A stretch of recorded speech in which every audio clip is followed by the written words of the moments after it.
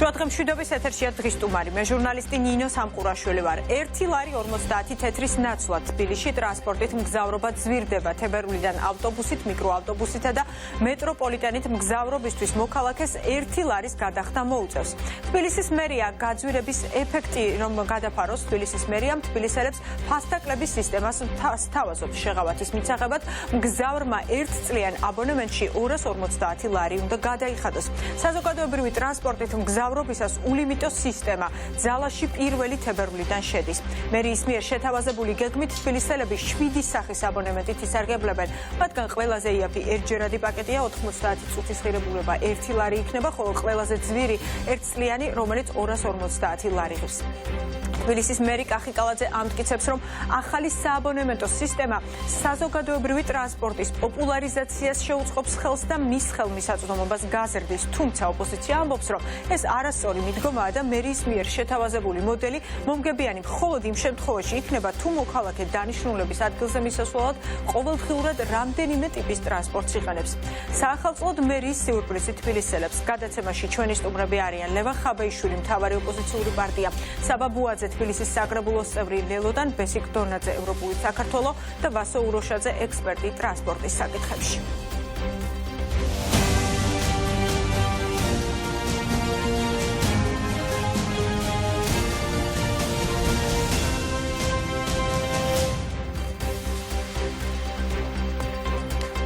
გამარჯობა, კიდევ ერთხელ მოგესალმებით. ჩვენ საუბრობთ იმაზე, თუ როგორ მიიღო გადაწყვეტილება თბილისის მერიამ და გააძვირა დედაქალაქში ტრანსპორტით მგზავრობა. გაძვირდება ტრანსპორტით მგზავრობა თებერვლიდან და მოქალაქეებს უკვე აი ამ ახალი სისტემით სარგებლობა 5 იანვრიდან შეეძლებათ, ანუ შეძენა ამ აბონემენტების შეეძლებათ 5 იანვრიდან, თუმცა ის რეგულაციები, რომელიც არის გამოქვეყნებული და ახალი სისტემა ძალაში შედის თებერვლიდან. გადაცემის პირველი სტუმარი არის ვასო უროშაძე, ექსპერტი ტრანსპორტის საკითხებში. დიდი მადლობა ბატონო ვასო, რომ ხართ ჩვენი გადაცემის სტუმარი და დავიწყოთ საუბარი იმ გადაწყვეტილებით, რაც გუშინ გავიგეთ ჩვენ და რომელიც გამოაცხადა თბილისის მერმა კახიკალაძემ თბილისის მთავრობის სხდომაზე და თქვენ ამის შემდეგ თქვით ასეთი რამ, რომ ეს მარკეტინგული ხრიკი, რომელიც დღეს გამოიყენა კახიკალაძემ, არის ძალიან იაფასიანი. რატომ ფიქრობთ ასე და რა რეალურად რასთან გვაქვს საქმე? ეს არის ანუ სხვა გზა არ იყო, რომ ასე არ მომხდარიყო და უნდა გაძვირებულიყო აუცილებლად ტრანსპორტი, თუ მართლაც ეს არის რაღაცა მარკეტინგული ხრიკები, რითაც ახლა თბილისის მერია გამოიყენა და მოქალაქეებს შესთავაზა მსგავსი რამ. მოგესალმებით, მე ვესალმები მაყურებელს, მადლობა მოწვევისთვის. პირველ რიგში უნდა შევთანხმდეთ, ალბათ ყველა და ვთანხმდებით პრინციპში, რომ ეს არის გაძვირება და 50 თეთრზე მეტია ლარი და თითოეული ადამიანი, რომელიც ისარგებლებს 1 თებერვლიდან მეტროპოლიტენი იქნება, ეს ავტობუსი და სხვა საზოგადოებრივი ტრანსპორტი გადაიხდის 50 თეთრის ნაცვლად 1 ლარს. რაც შეეხება მის მარკეტინგულ მიდგომას, რა თქმა უნდა, საერთოდ შოკირებული ვიყავი, რომ ვისმენდი თბილისის მერის განცხადებას ამასთან დაკავშირებით, როცა ის წინადადებას იწყებს, ისე თითქოს და სასიხარულო ამბავი უნდა გვამცნოს და ციტირებასაც მოვახდენ, რომ ის იწყებს მიმართვას, რომ მინდა გაცნობოთ სასიხარულო ამბავი.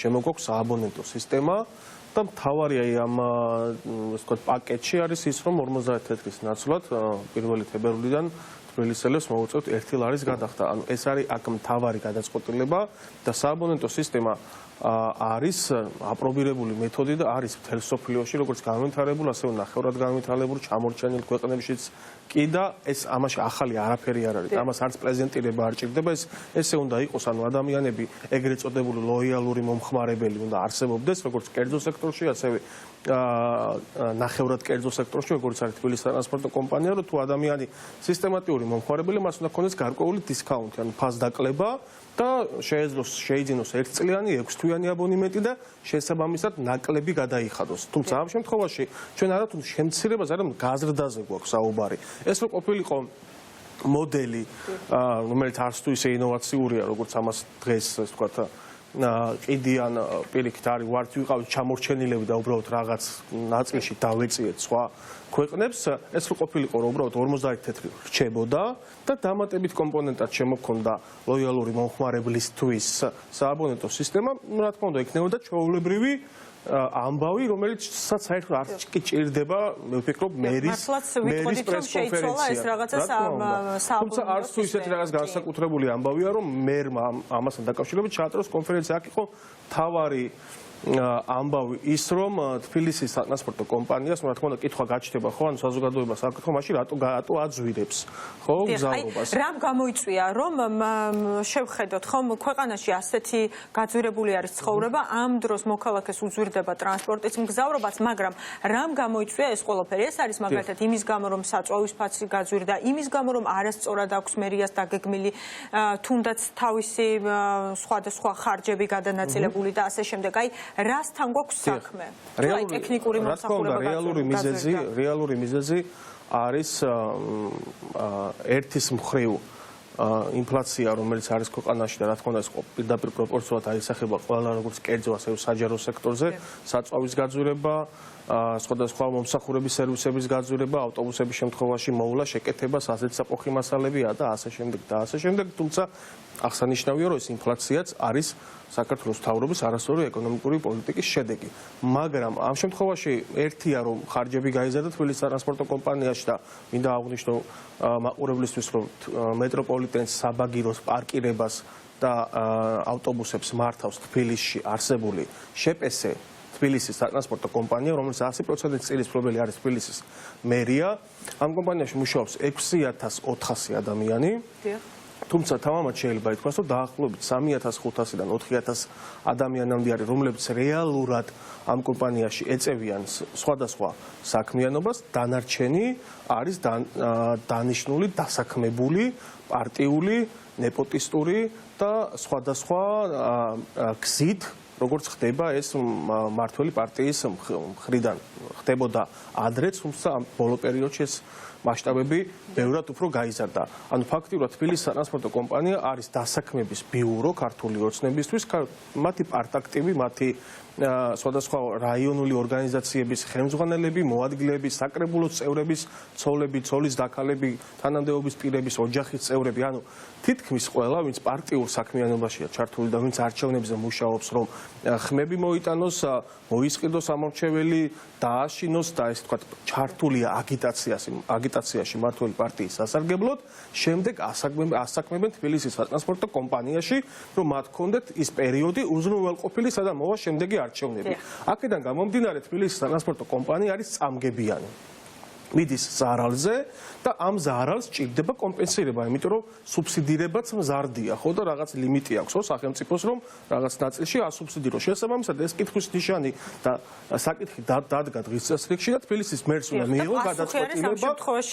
თბილისის მერს ჭირდება და ამისთვის, რომ თბილისის მერს უნდა მიიღო გადაწყვეტილება. ან დაეტოვებინა 50 თეთრი, ან გაეშვა სამსახურიდან თავიანთი პარტიული აქტივი, ნათესაური გზით დასაქმებული პირები, ცოლის დაქალები და ასე შემდეგ. რა თქმა უნდა, მან არჩევანი გააკეთა, რომ დამატებითი გადასახადი და ტვირთი გადაიტანა მოსახლეობაზე, ან მოსახლეობიდან ამოიღებს დამატებით თანხას თბილისის სატრანსპორტო კომპანიისთვის, თუმცა ის ადამიანები, რომლებიც პარტიული ნიშნით არიან დასაქმებულები თბილისის სატრანსპორტო კომპანიაში, გააგრძელებენ უდარდელ ცხოვრებას. მეტიც ინფლაცია მათაც შეეხოთ და თბილისის მერი მათ პირდება, რომ მათი ხელფასები, რომელიც ფაქტიურად არაფრის კეთებაში აქვთ დანიშნული, არაფრის კეთებაში პარტიული ღვაწლი გააქვთ ნამდვილად არჩევნების დროს, გაეზრდებათ 10 და 20%. ანუ ეს არის რეალური მიზეზი და ეს უნდა იცოდეს ყველა თბილისელმა, რომ რეალურად თქვენ დღეს, როცა იხდით ერთ ლარს 50 თეთრის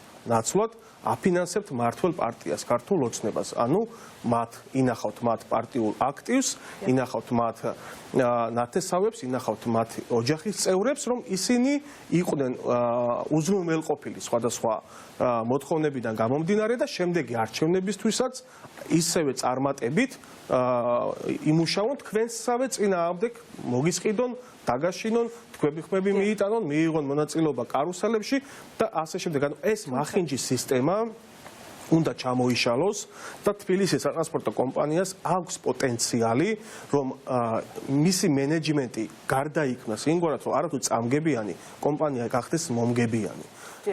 მეტროპოლიტენი დღესაც მომგებიანია და მომგებიანი შეიძლება გავხალოთ ავტობუსების კომპონენტიც და რა თქმა უნდა პარკირებაც კი მომგებიანია და city park-ი ყველას გვახსოვს ხო იმ მოტივით გააძევა თბილისის მიერმა ქალაქიდან რომ თითქოს და ის მოსახლეობიდან უსამართლოდ იღებდა თანხებს, თუმცა იგივე საკეთებს დღეს სატრანსპორტო კომპანია, იგივე მეთოდით აჯარიმებს, იგივე მეთოდით იპარავს ავტომობილებს და შემდეგ ხდება ამ ავტომობილების გამოსყიდვა. ამ პოლიტიკის პირობებში ვერანაირად ეს კომპანიები ვერ გახდებიან მომგებიანები. პირიქით ისინი მუშაობენ ამ შემთხვევაში ზარალზე და გადარჩენისთვის და ხალხის შენარჩუნებისთვის მიკიდან არ გაუშვან თავიანთი პარტიული აქტივი, იმიტომ არის ეს გადაწყვეტილება მიღებული. რა თქმა უნდა, მათ საერთოდ არ ადარდებთ მოსახლეობის ბედი, იმიტომ რომ იციან რომ შემდეგი არჩევნებისთვის მათთვის უფრო მნიშვნელოვანია ის პოლიტიკური პარტაქტივი, რომ იმუშაონ თავიანთი ხმების მობილიზებაზე, ვიდრე მოსახლეობის განწყობა, იმიტომ რომ მოსახლეობა აღშფოთდება, ექნება პროტესტი, მაგრამ იძულებული იქნება გადაიხადოს 1 ლარი.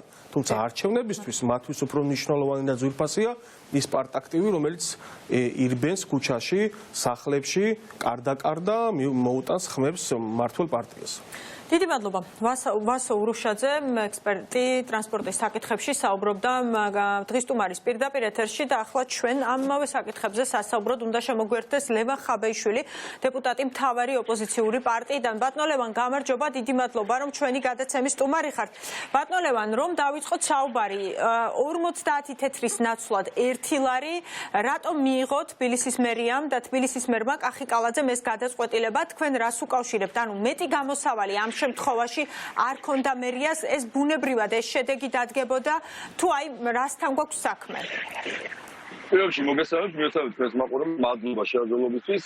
ძალიან მარტივია, ხო? ქურდმა, კრიმინალმა, ყაჩაღმა, კალაძემ, რომელიც მომხოჭრობით არის დაკავებული, კიდევ ერთხელ მოატყუა მოსახლეობა. ეხლა თქვენ წარმოგიდგენიათ 3 თვის წინ საარჩევნოდ რომ ეთქვა კალაძეს, რომ იცით რა, მეგობრებო, ხმა მომეცით მე ორჯერ გავზდი საზოგადოებრივი ტრანსპორტის საფასურს. ხომ არ მიცემდნენ ხმა, ჯერ ვინ მიცა 44% აიღო, ფაქტობრივად 56%-მა უარი უთხრა მოქმედ მერს. ნუ ესეთი რამე არ მომხდარა ფაქტობრივად, რაც კალაძეს დაემართა. ხო, აი ამ მატყუარა და კრიმინალმა მერმა ადგა და ორჯერ გაზარდა გადასახადი. ეყო თავხედობა და მთავრობის თომაზე მოგვიყვა როგორი კარგი საგადასახადო სისტემა მოიფიქრა თურმე საზოგადოებრივი ტრანსპორტისთვის. ეხლა უკაცრავად აგა სულელი არავინ არ არის, 50 თეთრი ღირდა გზავრობის დაწყება და ხდება ლარი. ნებისმიერ შემთხვევაში ორჯერ არის გაძურებული ეს საფასური. ეხლა რაც უნდა მოიგონონ კალაძემ და იმედმა და მისმა პროპაგანდისტებმა და იმ PR სამსახურმა მილიონებს რო უხდით, ხო? ფაქტია რომ ჯიბიდან ორჯერ მეტიც გადახდა მოგვიწევს. ეს ცხადი. ასევე ვასო ურუშაძე იყო თქვენი სტუმარი, უსმენდი მე და საუბრობდა აბსოლუტურად ზედმიწევრით კარგად მოყვა, მათ შორის ჩავიხედოთ სატრანსპორტო კომპანიის ასე ვთქვათ ანაზღაურებებში მრჩევლები ხავთ, იღაცა 2-4 მრჩეველი ხავს, რომელსაც 4500 ლარიდან 5000 ლარამდე აქვს ანაზღაურება. უკაცრავად, მაგრამ ამ თანხით 10 ოჯახი გადის თვიდან თვემდე, საშუალო სტატისტიკურად 500-600 ლარი ვისაც აქვს შემოსავალი და ამ დროს ეგრეთ წოდებულ მრჩევლებს, რომელიც არ ვიცით ვინ არის ეს ხალხი, რა რჩევას აძლევს, ან საიდან მოვიდნენ, რა პროფესიის ადამიანები არიან, 10000-ობით ლარს უხდით, ესე იგი თვიდან თვამდე, რაღაცა იმაში რომ პარტიული აქტივი იყოს, ხო? იგივე ბიუჯეტთან დაკავშირებით, ეხლა რომ ვამბობთ, რომ შეიძლებოდა თუ არა სხვა რამის მოფიქრება. შეიძლებოდა მარტივი რამის გამო. აი ავტობუსების კორუფციული სქემიდან რომ 60 მილიონ ლარამდე მოიპარა კალაძემ, ეს რომ არ მოეპარა, მაგალითად ეს 2 წელი ეყოფოდა ბიუჯეტიდან თანხა რომ ადამიანებს იგივე ფასად გაეგზელებინათ მაგალითად გზავრობა. პირობითად ვამბობდა, როცა ვამბობ რომ მოიპარეს ავტობუსის ტენდერიდან თანხა, კონკრეტული მაგალითია 250.000 ევრო გადავიხადეთ ერთ წელში, 226 შემოვიყვანეთ, არა და სხვა ქალაქებმა იგივე ავტობუსი გადაიხადეს 170-დან 180.000-მდე ევრო. ანუ ფაქტობრივად 70.000 ევრო მინიმუმ ერთი ავტობუსთან მოტეხეს. ეს არის 240.000 ლარი. მე კალკულატორს თუ დაიჭერენ ხელში კოცები, აი ტვინით კოცები რო არიან, გუში კალაძეს რო ულაიქებდნენ. ესე იგი მგზავრობა ორჯერ გაიზარდა და ხალხი იწონებდა, ალაიქებდა ბჭყალებში პოსტს, რა უხარო და მართლა გულწრფელად ვერ გავიგე. ესე იგი ბატონ ლევან, ეს მინდა სწორედ რომ მკითხოთ, რომ კახი კალაძეც და ასევე თბილისის მერის მაღალჩინოსნებიც ამბობენ, რომ ეს არის ბევრად უკეთესი სისტემა, ვიდრე აქამდე იყო. ისინი ამბობენ, რომ ეს არის ძალიან სწორი სისტემა, რაც შესთავაზეს თბილისელებს პირიქით ფასდაკლების ბარათების ბარათებს თავაზობენ და ასე შემდეგ, 100 აცხადებენ ყოველ შემთხვევაში. თქვენ რას იწყოთ, როდესაც ამას ამბობენ, რომ ეს უფრო ბევრად კარგია, მაგალითად, რომ ერთწლიანი აბონემენტი 250 ლარი ღირს, თუ ოჯახში არ ვიცი, 3 ადამიანი ცხოვრობს, თუნდაც 2, ყველამ უნდა იყიდოს ცალ-ცალკე ეს ყველაფერი, ხომ? აი, რამდენად შეიძლება ვისაუბროთ, რომ ეს ყველაფერი შეღავაც გაუწევს ადამიანს და თითქოს ფასდაკლებას ბარათებს და აბონემენტებით ისარგებლებით ნისიან. ერთ რამეში ვწდებით, ეხლა გეტყვით რაში ვწდებით თქვენ. თქვენ როცა ამბობთ, რომ ისინი ამბობენ, რომ კარგია. მათთვის კარგია. ისინი როგორც მოქალაქიდან კი არ უყურებენ, მოქალაქეს რა პრობლემები შეექმნება და 50 თეთრიანი მგზავრობა ლარი რო გახდა. არა. თავად რამდენს იშოვიან, ამაშია საქმე და ხმალაძე მილიონიანი სასახლე რო აიშენა, კალაძის კიდევ ერთმა ქურდმა აი ანგუსტის სტეიკებით რომ ერთობა და იმის მსგავსი ხორცი რომ ადამიანებს არც უნახავთ, არა თუ ანგუსტის სტეიკი ხორცს ვერ ჭამენ თვითონ. ანუ აი ამ კრიმინალებმა რომ ვერ გაძღნენ და დამატებით კიდე მილიონები იშოვონ, მე ასეთი შემოსავლებიდან, მე ბიუჯეტში შემოსული თანხებიდან, მე ესენი აქციონ ტენდერებად, ხელშეკრულებებად და მილიონები შეხლაპონ თვითონ უშუალოდ მაგათვის კარგია, გადასარევია. კალაძე ალბათ ბედნიერია, ორჯერ მეტი შეუვა ბიუჯეტში, რატომაც არა? რატო იქნება უკმაყოფილო? ორჯერ მეც დიახ, და ბატონ ლევან, მოქალაქისთვის ეს ყველაფერი რას ნიშნავს? აი თბილისელისთვის, რიგითი თბილისელისთვის რას ნიშნავს ეს გადაწყვეტილება? რიგით თბილისელს კალაძემ ჯერ კიდე მე რაზე ვწუხარ, იცი რომ კიდე გააზრება უნდა ვისწავლოთ სწრაფად.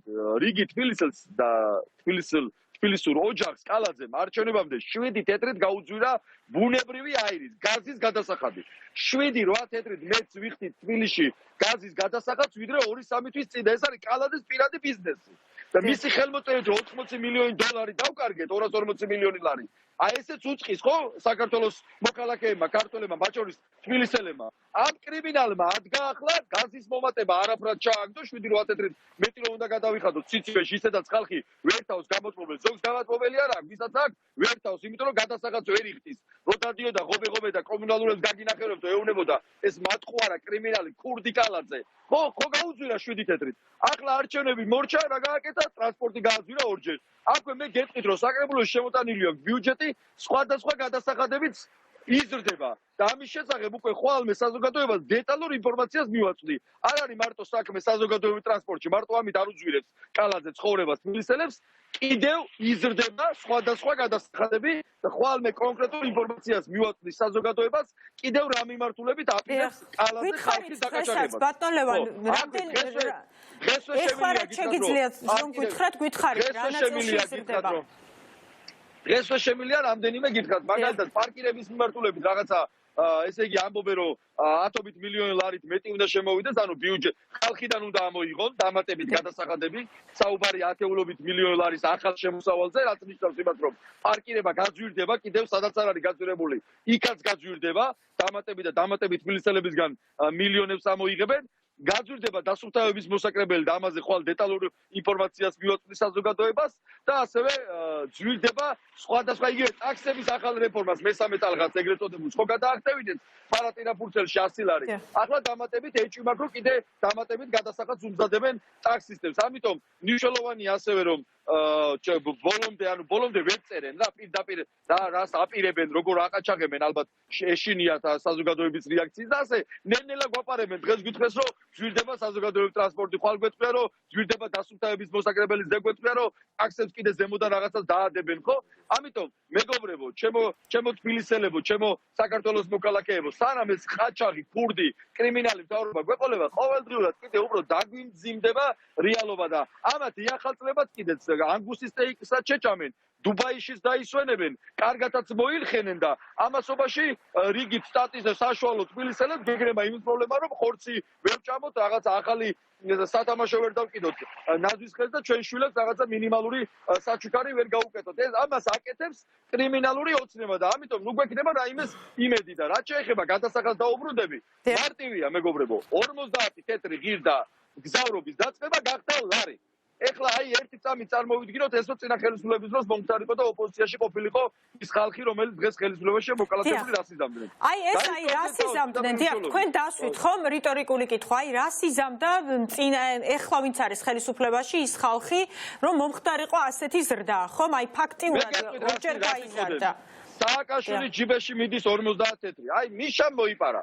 ბენზინი ლარი და 60 რო ღირდა თუ ლარი და 50 ხო მიქონდა მიშას ლარი ეხლა ხო 3 ლარი და 30 ღირს აიტყოდენ მიშას მიაკ მეტრო და აი მეტროში რომ ჩადიხართ მიშას მიაკ ეხლა მიშას არა მაგრამ კალაძეს და მის კრიმინალურ ბანდას ნამდვილად მიაკ კალაძე ნამდვილად შეულობს ამაში მილიონებს და მე შემიძლია დისერტაცია დავიცვა ამაზე რომ აი ესენი არიან ქურდები ხაჩაღები და მკლებავები და ეს ადამიანები თბილისელების ხარჯზე 10%-ით მოგიმატებთ ანაზღაურებას ესე იგი 10%-ით 10 ლარს მოუმატებენ და მეორე ჯიბიდან 20 ლარს ამოუღებენ ჯიბიდან და უკაცრავად ამ ყველა საჯარო მოხელე ხო არ არის არა რომ 10%-ით ისევე ამ გადასახადის გადამხდელების ხარჯზე მოიმატებათ ანაზღაურება თუმცა მეორე ჯიბიდან 2 ლარს ამოუღებენ გადასახადის გადამხდელი ვინც არის რომ ვინც ყველა დღე ქუჩაში უნდა იმუშაოს იშრომოს მაღაზიაში იმუშაოს 300-400 ლარზე ახალგაზრდებს გულისხმობ გინდა 500 ლარზე აქეთ მეორე ჯიბიდან ამოუღებენ კიდე დამატებით გადასახადს იქ რომ აბაბაბა შემეტი არ დაგჭეს ახლა კალაძე მეტი უნდა შეჭამოს ეს არის ჩემო მეგობრებო რეალობა და ამ რეალობას ჭირდება გამოსწორება და ეს რომ გამოსწორდეს ამისთვის მნიშვნელოვანია ბრძოლა და ამისთვის მათ შორის არა მარტო პოლიტიკოსებმა უნდა ვაკეთოთ ყველაფერი, არამედ ხალხიც უნდა ვიყოთ აქტიურები. დიდი მადლობა ლევან ხაბეიშვილი დეპუტატი მთავარი ოპოზიციური პარტიიდან საუბრობდა პირდაპირ ეთერში და ახლა ტრანსპორტის გაძვირებასთან დაკავშირებით ჩვენ საუბარს სტუდიაში განვაგრძობთ ჩვენი სტუმრები არიან საბა ბუაძე საკრებულოს წევრი ლელოდან და ასევე ბესოდონოძე ევროპული საქართველოს დიდი მადლობა რომ ხართ ჩვენი სტუმრები ბატონო საბა თქვენით რომ დავიწყოთ თქვენ საკმაოდ ვრცელი განმარტება დაწერეთ სოციალურ ქსელშიც თუ რა ხდება იმით რეალურად როდესაც ქვეყანაში ახლა ტრანსპორტი ძვირდება და ბოლოში წერთ რომ ეს ყველაფერი არის თბილისელების დიდი ნაწილისთვის კატასტროფის ტოლფასი. რომ გითხრათ რატომ და ყველასთვის გასაგებანაზე რომ აგვიხსნათ, როდესაც ტრანსპორტი ძვირდება 50 თეთრიდან ხდება ლარი და ამ ყველაფერს მერია ასაღებს როგორც ეს ყველაფერი არის ძალიან კარგი და უკეთესი სისტემა. რეალურად რა გქონდა, რა სისტემა გქონდა, ახლა ამ ახალი სისტემით რას გვთავაზობენ და ეს არის თუ არა უკეთესი სისტემა. მოგესალმებით კიდევ ერთხელ ერთი რიტორიკული კითხვა მინდა დავსვა დასაწყისში წინა საარჩევნო პერიოდში ეს რომ ცოდნოდათ თბილისელებს ვინმე კახიკალაძეს მხარს დაუჭერდა ან რა ნაწილი დაუჭერდა თბილისელებიდან მხარს კახიკალაძეს რომ გცოდნოდა რომ არჩევნების დასრულებიდან რამდენიმე კვირაში ჩვენ მივიღებდით მოცემულობას სადაც საზოგადოებრივი ტრანსპორტის ფინანსირების სისტემა მთლიანად იცვლება და ყირავდება და დიახ თბილისელების დიდი ნაწილისთვის ძვირდება იმიტომ რომ მე არ ვიცი რა ფორმულებით ხდება აქ დათვლა და რა ფორმულებით გვეუბნებიან რომ ეს არის უკეთესი ეს არც ერთ შემთხვევაში არ არის უკეთესი ეს ფორმა თავად როგორც იქნა გამოტანილი ეს გადაწყვეტილება თავად ფორმაც კი ძალიან ცუდია იმიტომ რომ გუშინ მთავრობის დედაქალაქის მთავრობის სხდომაზე გამოვიდა კალაძე თქვა რომ ეს ცვლილება იქნება ეს ძალაში შევა თებერვლიდან და არც საზოგადოებრივი განხილვა არც განსჯა არც დათვლა არც მონაცემები არაფერი უბრალოდ გამოვიდნენ და თბილისელებს ისედაც სასოწარკვეთაში მყოფ თბილისელებს დააჯახეს ეს გადაწყვეტილება და ჩვენ ახლა იმაზე კი არ უნდა ვსაუბრობდით რომ ვაიმე ტრანსპორტი გაძვირდა 20 თეთრით 10 თეთრით 50 თეთრით კი ტრანსპორტი საწვავი ძვირდება ცხოვრება ძვირდება მით უმეტეს რომ ინფლაცია რეკორდულად არის გაზრდილი წელს და რასაკვირველია ტრანსპორტის ხარჯებიც იზრდება მაგრამ ჩვენ უნდა ვლაპარაკობთ იმაზე რატომ არ არის დღეს თბილისელებთ რატომ არ აქვს იმისი საშუალება რომ თავისი მგზავრობა დააფინანსონ და მგზავრობა არ გახდეს პრობლემა ინვესტიცია არ შემოდის სამუშაო ადგილი არ შემოდის თბილისში ინვესტიციების მაჩვენებელი არის ისტორიულ მინიმუმზე 5-დან 1 თბილისელი არის უმუშევარი ესაა მთავარი პრობლემა და ამას ემატება ასევე ის რომ ეხლა უცბად დაგვიანოზეს ეს გადაწყვეტილება წინა საახალწლოდ ხალხს ჩააშხამეს ახალი წელი და თან ასე უტიფრად გვეუბნებიან რომ თურმე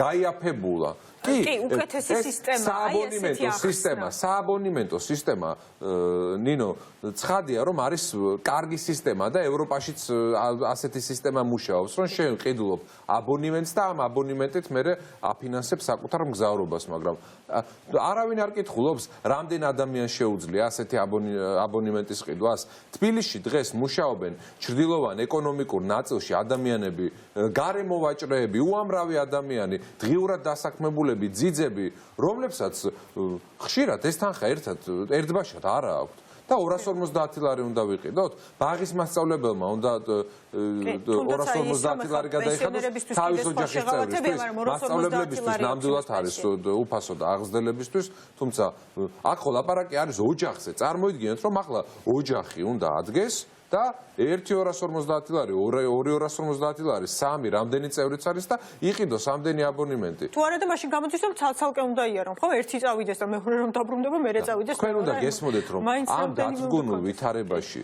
აუცილებლად ეს ადამიანების მობილობის შეზღუდვას გამოიწვევს ხალხი ისეთი ინტენსივობით აღარიული საკეთიკით და ეს არის დათრგუნვის და სასოწარკვეთის დამატებითი წინაპირობა, რომელიც კალაძემ დაგვიანოსა და არავინ მას ხმას არ მიცემდა ეს რომ ჩვენ გვცოდნოთ და წინასაარჩევნოთ სად იყო მისი პროგრამის რომელ პუნქტში ეწერა ეს მე მაინტერესებს რომელ პუნქტში ეწერა ეს ძალიან მნიშვნელოვანი ბჭყალებში რეფორმა რომელიც მან დაანონსა გუშინ ბატონო ბესო, აი რამ გამოიწვია ეს ზრდა, ხომ? კახი კალაძის ეს გადაწყვეტილება, რას უკავშირდება? ჩვენ ვასო ურუშაძე ყავდა თქვენამდე სტუმრად და ისაუბრობდა იმაზე, რომ სატრანსპორტო კომპანიაში იმდენად არის ეს შტატები გაბერილი, რომ ვეღარ აუდიან ამ ყველაფერს და ამიტომ იძულებული გახდნენ. ნაწილი საუბრობს იმაზე, რომ საწვავი გაძვირდა, მომსახურება გაძვირდა და ამან გამოიწვია. ეს ყველაფერი მოსალოდნელი იყო, თუ აი რასთან გვაქვს საქმე, მაგრამ რამდენად რთული არის ეს რიგითი მოქალაქისთვის, რომელსაც მართლაც ახლა რანაირად შეიძლება რომ 50 თეთრის ნაცვლად ლარი გადაიხადოს. მოგესალმებით.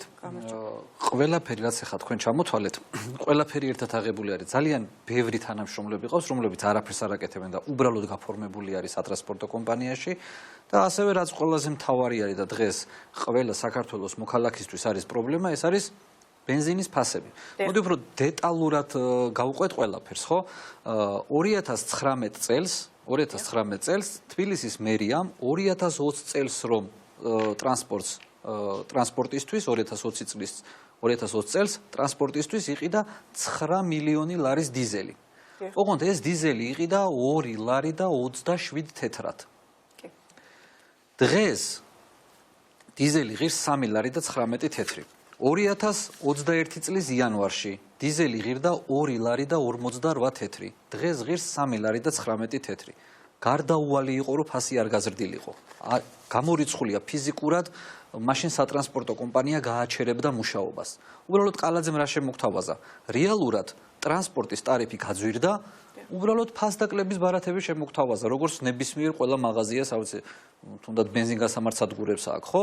ღირს 3 და 17 და ფასდაკლების ბარათი. სხვანაირად ახსნეს, რომ ეს უფრო უკეთესი სისტემა. არა, უკეთესი ვერ იქნება, რადგან ტრანსპორტის გზავრობა გაძვირდა და ვისაც აქვს საშუალება რაღაცა ბარათ შეიძენს, რომელიც იქნება რაღაცა გარკვეული ფასდაკლებით, მაგრამ რეალურად გაძვირდა, ანუ ვერა მიმატება, ანუ როგორ უნდა დათვალოს სხვანაირად, გაძვირებული არის. გაძვირდა, უბრალოდ არსებობს რაღაც ბარათები, რომელზეც შეიძლება ის იყოს ფასდაკლები. ოღონდ ამ ბარათების შეძენაც გარკვეული პრობლემა არის, ხო? ერთი წლის, ასე ვთქვათ, წლიური ბარათი 250 ლარი და 3-4 სულიანი ოჯახისთვის საკმაოდ მძიმე ტვირთი არის. ევროპული საქართველო კალაძესაც და მთავრობასაც თავაზობს გამოსავალს. გამოსავალი ეს არის აქციზის სასწრაფოდ გაუქმება. ეს გამოიწვევს იმას, რომ 40 თეთრით მეორე დღესვე იქნება შესაძლებელი ბენზინის ფასის დაკლება. აი მაგალითად, აი ახლა ღარიბაშვილმა დაახლოებით 4 დღე დაჭირდათ, ძალიან სწრაფი ტემპით გაიარეს სათამაშო ბიზნესზე რეგულაციები და დღეს დიდი მადლობები უხადეს ერთმანეთს, რომ აი რაღაცა გავიმარჯვეთ. ზუსტად ესე დაჩქარებული წესით გაიტანონ აქციზის დაკლება და აქციზის გაუქმება. და ზუსტად ეს დაახლოებით პროცედურებს რო გავუყვეთ, 5 სამუშაო დღე არის სავსებით საკმარისი, რომ 40 თეთრით ნაკლები ღირდეს საწვავი. როგორც დიზელი, ასევე ბენზინი. 40 თეთრით დაკლება გამოიწვევს ყველა პროდუქცია ისახება, იმიტომ რომ საწვავის ფასი ხო ყველა პროდუქტში ხო შემადგენელი ნაწილია, ხო, რაც არ უნდა იყოს. თან მით უმეტეს ახლა ჩვენ ვიხებით ტრანსპორტს. დიზელზე არის ეს ავტობუსები და ჭირდება დიზელის საწვავი. საწვავი არის გაძვირებული. კალაძეს საბას დავეთანხმები ვერანაირად ვერ იტყოდა, იმიტომ რომ ვერ მიიღებდა იმ ხმებს კალაძეს რო ეთქვა, რომ მე სატრანსპორტო პოლიტიკა რო გამოგიცხადა.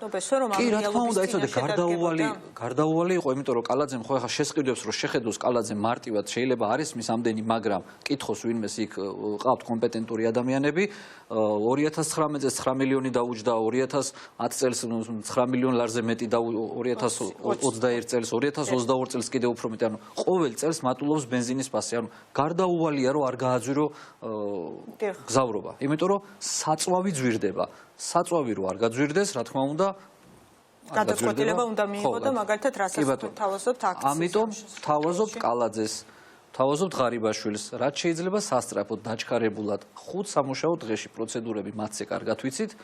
5 სამუშაო დღეში სავსებით რეალური არის რომ ბენზინზე და დიზელზე 40 თეთრით ნაკლები იყოს. რაც ასე ვთქვათ გაუადვილებს საქართველოს მოქალაქეებს მგზავრობასა და საერთოდ ყველაფერს. ბატონო საბა, აი ეს კახი კალაძემ ესე ახსნა ეს ახალი სააბონემენტო სისტემა, რომ მიზნად ისახავს საზოგადოებრივი ტრანსპორტის პოპულარიზაციას და მის ხელმისაწვდომობის გაზრდას. ეს თქვა კახი კალაძემ. ეს იმ პირობებში, როდესაც ეს თქვენი აზრით, რამდენად აი მოქალაქეებსაც რომ აუხსნათ, ასეთი განცხადება, რამდენად სწორია და ეს რეალურად რამდენად გაზრდის ხელმისაწვდომობას საზოგადოებრივი ტრანსპორტის იმ ფონზე, როდესაც გაძვირებულია და ამ შემთხვევაში გადამწყვეტი მაინც არის თანხა გაქვს თუ არა რომ იმგზავრო, ხომ?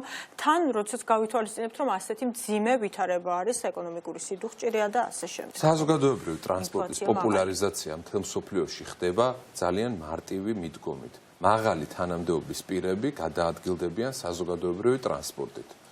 შეძლებული ადამიანები, თანამდებობის პირები, ყველა გადაადგილდება საზოგადოებრივი ტრანსპორტით და ეს იწვევს საზოგადოებრივი ტრანსპორტის პოპულარიზაციას.